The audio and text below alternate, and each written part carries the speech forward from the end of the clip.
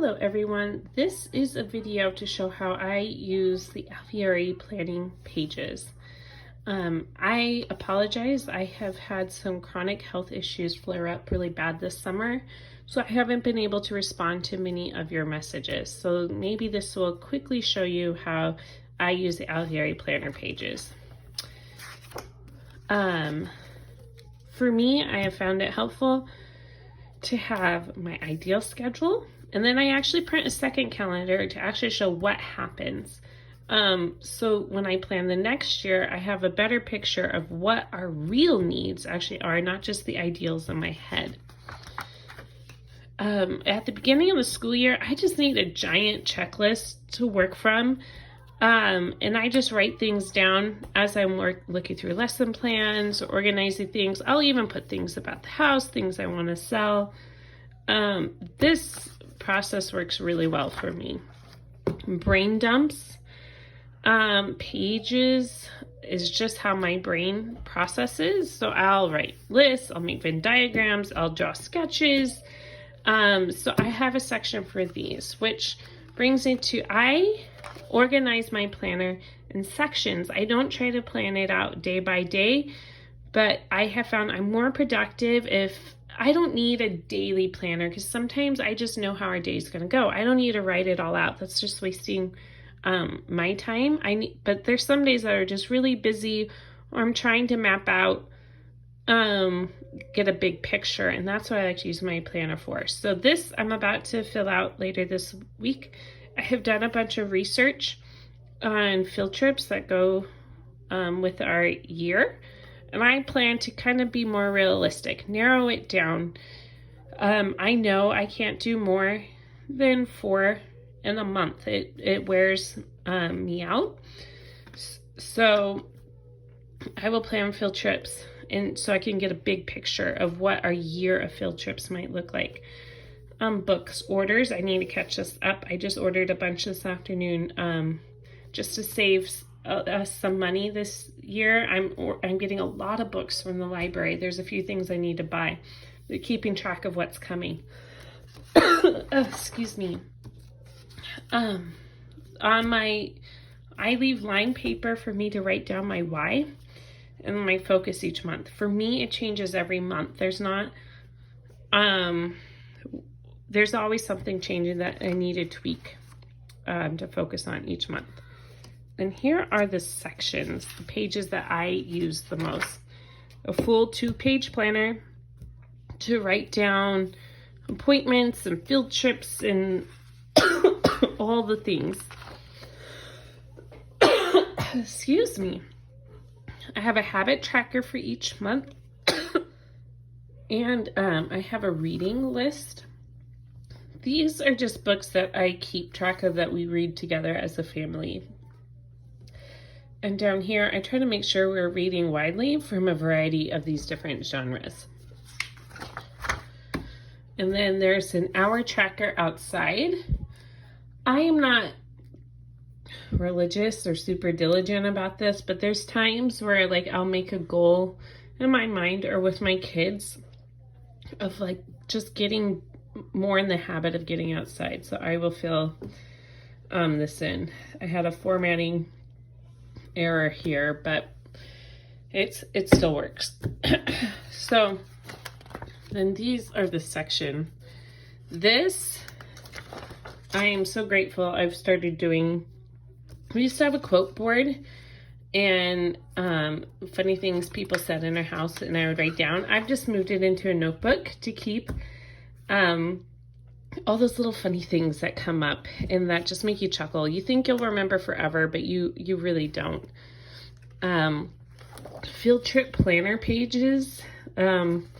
This has been really great for helping me organize and make sure we have everything we have. I will pin flyers here if they have them. Some events that we go to, like there's an event called Eagles Days that happens in January in our area, and they have a lot of time sensitive events, so I will write them down here, as well as I'll write the address when I'm planning, any special notes, and then sometimes there's like special things that we need, like we need to bring binoculars, or we need to make sure we pack nature journals, things like that, outside the normal packing list to go somewhere. Brain dumps, these are just work best for my, how my thought process works. And then weekly reflections is something that I have not been good about in the past, and that's my goal for this year, especially as I've been fighting with some chronic illnesses. I find that my brain, and I think most mothers can relate to this, does not remember things correctly. Sometimes, often I feel like we remember things very negatively. We only remember the things that went wrong. I'm hoping to be more intentional about writing what's going right and maybe a few things that we need to change, and then look back on it.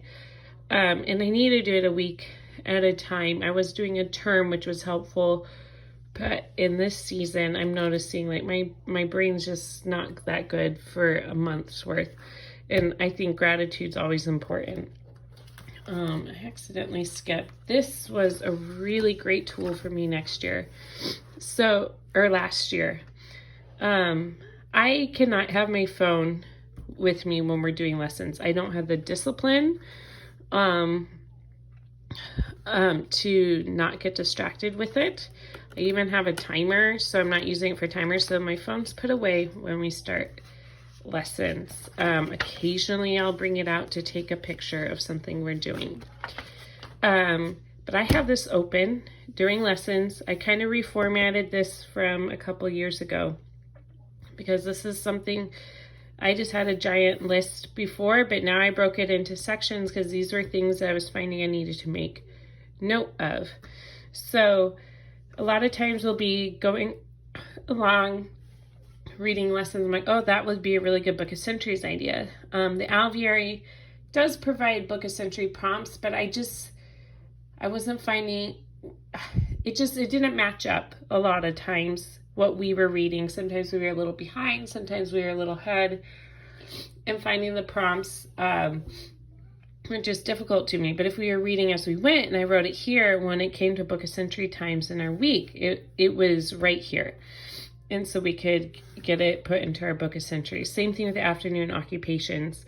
The Alveary has, I think, some very good afternoon occupation prompts, but come afternoon, I didn't have enough plan, but it was simple enough for me. And maybe it would be best if you were planning at the beginning of the week to see everything you need for the afternoon occupations. Some weeks go that way for me. Most of them do not. So while we're doing the lesson, I would see an afternoon occupation and I would write it down. And then my kids and I, we have an like afternoon circle time where we gather and talk about what their plan is to use for the afternoon. There are some afternoon occupation sheets that I've shared in the Hive that have been helpful for my children. But I'm going to write those there. Same thing, the Alveary has copywork dictation prompts. I use those sometimes. I have a dyslexic student who sometimes needs some modifications. So I will write down passages as we're reading. I'm like, okay, this would maybe be a good one to do the next time we have copywork dictation time. So write it in here. And then this is just anything that pops in my brain that isn't important for that moment. Paying a certain bill I forgot about, or buying a baby shower gift. All those things that seem to magically pop into your brain when you're supposed to be focusing on lessons. I put them here so I can come back to it when it is a proper time. So that's how I use the planning pages. Please don't try to copy what I'm doing. Organize these tools, and there's a lot of sheets that I don't use at all that are available to you, because I've talked to a lot of people about how their brain processes information in time.